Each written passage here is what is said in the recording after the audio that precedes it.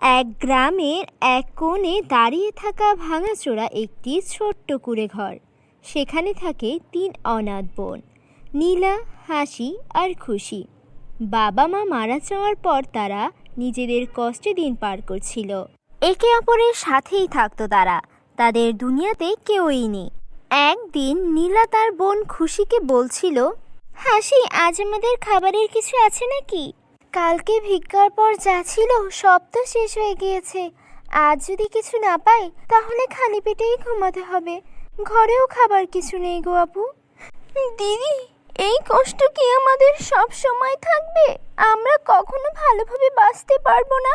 এরকম ভাবে চেয়ে চেয়ে খেতে হবে মানুষের থেকে। এরকম জীবন আর কদিন কাটবে দিদি? আরে তোরা এসব ভাবিস না রে খুশি। আমরা তিন বোন একসঙ্গে আছি, তাই কোনো কষ্টই আমাদের ভাঙতে পারবে না। এভাবে ভেঙে পড়িস না তোরা। হ্যালো বন্ধুরা, গল্পটি দেখার আগে তোমার নামটা কি সেটা কমেন্টে লিখে জানাও। আর হ্যাঁ, চ্যানেলটিকে সাবস্ক্রাইব করে দিও। তাদের সংগ্রামী জীবন কেবল দুঃখেই কাটছিল। কেউ তাদের সাহায্য করতে আসে না, তবুও তারা একে অপরকে ভালোবাসার শক্তি দিয়ে বাঁচার চেষ্টা করছে। একদিন তিন বোন কাঠ কুড়াতে জঙ্গলে যায়। হঠাৎ তারা দেখতে পায় একটা বৃদ্ধা, তিনি গাছের নিচে বসে কাঁদছেন। তার পোশাক ছেঁড়া, মুখ বিষণ্ণ। তাকে যে দেখবে তারই মায়া লেগে যাবে, এমন একটা অবস্থা ছিল তার। বৃদ্ধাকে ইশারা করে তার বোনকে বলছিল যে, দিদি, ওনাকে দেখো কিভাবে বসে বসে কাঁদছেন। দেখে কত অসহায় মনে হচ্ছে তাকে, আমাদেরই মতো। দিদি, চল চল আমরা ওনার কাছে যাই আর যেয়ে জিজ্ঞেস করি ওনার কি হয়েছে। তারপর তারা তিন বোন মিলে সেই বৃদ্ধাটির কাছে গেল আর তাকে বলল, বুড়িমা, আপনি এখানে বসে কেন কাঁদছেন? আপনার কি হয়েছে? আপনার কি মন খারাপ? মা, আমি অনেক অনেক দূর থেকে হেঁটে হেঁটে এখানে এসেছি। আমার পা দুটো যেন ভেঙে যাচ্ছে, তাই আর হাঁটতে পারছি না। খুবই কষ্ট হচ্ছে আমার। আমার ব্যথায় চিৎকার করে কান্না করতে ইচ্ছে করছে। আমরা কি কিছু করতে পারি আপনার জন্য? আপনাকে দেখে আমার খুব খারাপ লাগছে। অবশ্যই পরিমা, আপনি চিন্তা করবেন না, আমরা আপনাকে সাহায্য করব। তিন বোন বৃদ্ধাকে তাদের কুঁড়ে ঘরে নিয়ে আসে। তারা তাকে খাবার খাওয়ায়, তার পায়ের জন্য ওষুধের ব্যবস্থা করে। বৃদ্ধা এসব দেখে তার চোখে পানি চলে আসে। তোমাদের মতো মায়াবান মেয়ে আমি এর আগে কখনো দেখিনি। আমি তোমাদেরকে কিছু দিতে চাই বাচ্চারা।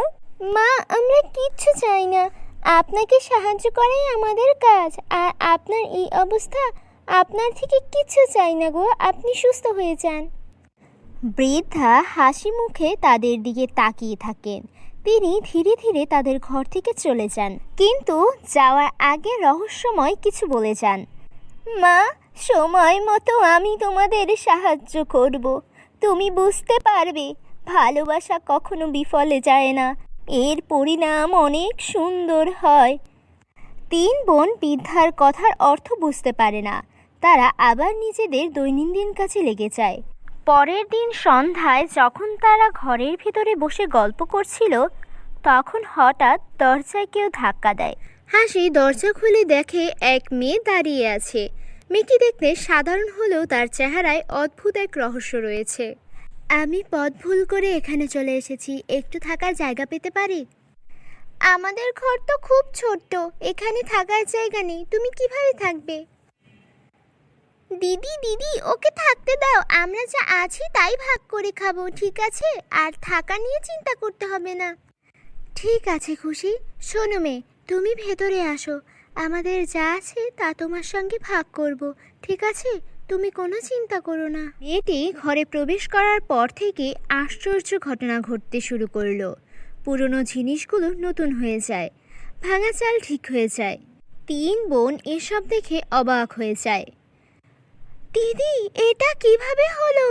আশ্চর্য ব্যাপার তো, আমার তো বিশ্বাসই হচ্ছে না। তুমি কি আমাদের কিছু বলতে চাও? তুমি কে? আমরা তো কিছুই বুঝতে পারছি না। তুমি কি কোনো জাদুকরি মেয়ে নাকি? আমি একজন জাদুকরি পরী। তোমাদের ভালোবাসা আর দয়ার জন্য আমি এখানে এসেছি। পরি তাদের 3টি রঙের লেহেঙ্গা দেয়, একটি লাল, একটি নীল এবং একটি ছিল সোনালী রঙের। কিন্তু লেহেঙ্গার জাদু তখনও অজানা।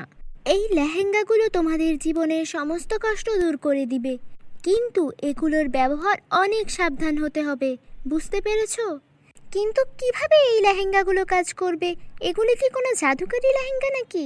সময় হলে সবই বুঝবে। এগুলোকে যত্ন করে রেখে দাও, কেউ যেন এগুলো না দেখে। 3 বোন একদিন লেহেঙ্গা পরে জঙ্গলে ঘুরতে যায়। তারা দেখে যেখানে তারা হাঁটছে সেখানে সোনার ফুল ফুটছে। তারা অবাক হয়ে যায়। দিদি দেখো দেখো, আমরা যেখানে হাঁটছি সেখানেই সোনার ফুল তৈরি হচ্ছে।